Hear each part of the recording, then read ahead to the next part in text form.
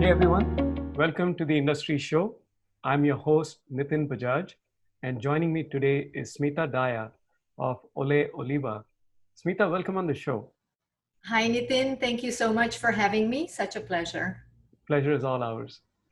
So tell us who is Smita. Smita is a very highly motivated person. I'm very creative. I'm very energetic. I have a lot of energy around me. I'm a very happily married wife, and I love being mom to two beautiful daughters and a grandmother to a grandson.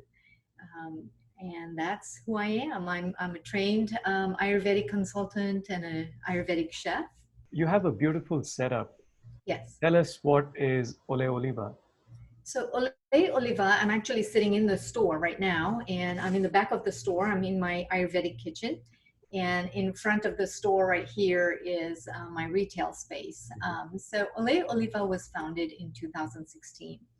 It was founded on the premise that I wanted to do something very different. I wanted to create an ambiance, but I also wanted to create the Ayurveda and the Mediterranean and fuse it. So I wanted to create a healthy approach to eating.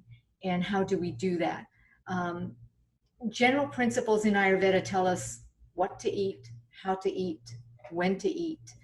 And the Mediterranean diet is very healthy, but in a very celebrative way. You know, they're always celebrating, and it's all food and it's people, and everybody gathers, and it's a wonderful time. But just bringing the Ayurvedic principles to a healthy Mediterranean lifestyle. And that's how Olay Oliva was founded. You were in the legal industry for a good 25 years. Yes. What happened? Why make the switch? 25 years was a long time to work in corporate, in legal. And as I turned 50, I had this calling that I had to do something different. I turned around to my husband on my birthday. It was my birthday, 50th birthday. And I just turned around and I say to him, I said, Dilip, I think this is it. I think my resignation goes in today. And obviously that was a total surprise for him. And his question to me was, well, what are you going to do? And I said, well, I'm going to focus and develop my interest in healthier cooking. I want to experiment and see, you know, what is feasible for me to do. And I love cooking. My passion is cooking, healthy cooking.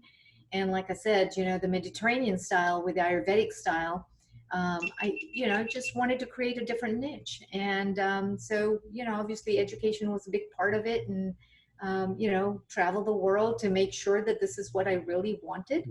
And then just went out and took the challenge, and here we are 6 years later. So, you know, food is not the easiest of industries, and, you know, so why food and why Ayurveda? Food is so important. You know, every single time we put something in our mouth, it either heals you or it harms you.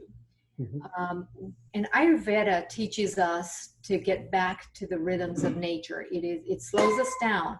It is about your digestive system. You don't have your digestive system connecting with your mind connecting with your gut.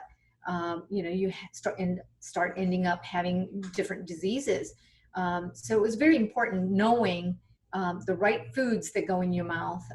80% of what we eat has an effect on how our body works, how our mind works, and the connection between the mind and the body. So Ayurveda teaches us based on our body types, what works for us, what doesn't work for us. And so that was very important for me. Ayurvedic food, and then there is Indian food. Yes. Are there commonalities or differences? So much of the Indian food is originally based in the Ayurvedic philosophy. It's an approach to life that promotes mindful eating. It is, in Ayurveda, the diet is based on fresh, easily digestible foods. So it's the principle that brings on the awareness of how, what, when we eat. According to the planetary timings, like at 12 o'clock, your digestive fire is the strongest. At 6 o'clock at night, your body's trying to shut down and you're trying to relax. So it's not going to digest the foods as much. But much of the Indian foods are based on the Ayurvedic philosophy. All foods are created equal and not all kinds of foods are good for everyone, something that Ayurveda has known for centuries. So tell us a little more about that. So Ayurveda is based on the principle that there are 5 elements in the universe. And those 5 elements are the space, the air, the earth, the water, the fire. Those are the 5 elements.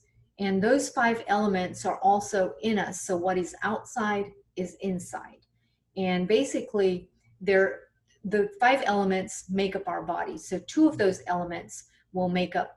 If you're a dual dosha, obviously you'll have 2 or more elements, but if you're a single dosha type, then you'll have 2 of the elements. So, for example, I am a vata type. Vata is made up of air and space. So basically, I'm missing the other 3 elements, the fire, the earth, and the water. How do I bring those other 3 elements, as far as food is concerned, in my body or my senses? And then that would balance my whole being. If you are a pitta type, a dosha, pitta dosha type, you are basically a fire and water. And so you're missing the other 3 elements. And then kapha is made up of earth and water, and that's more heavy. So basically, vata is any movement. The principle of vata is any movement in our body, blinking, our heart pumping. Pitta is basically metabolism, transformation. It's the principle of that. And it's about our digestive fire. Pitta, the pitta resides in your digestive fire, but not just that, also your digestive intellect.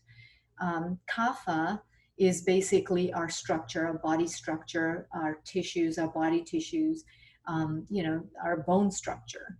And so that's what kapha is. But we have all 5 of them, but sometimes you're imbalanced in 2 of them.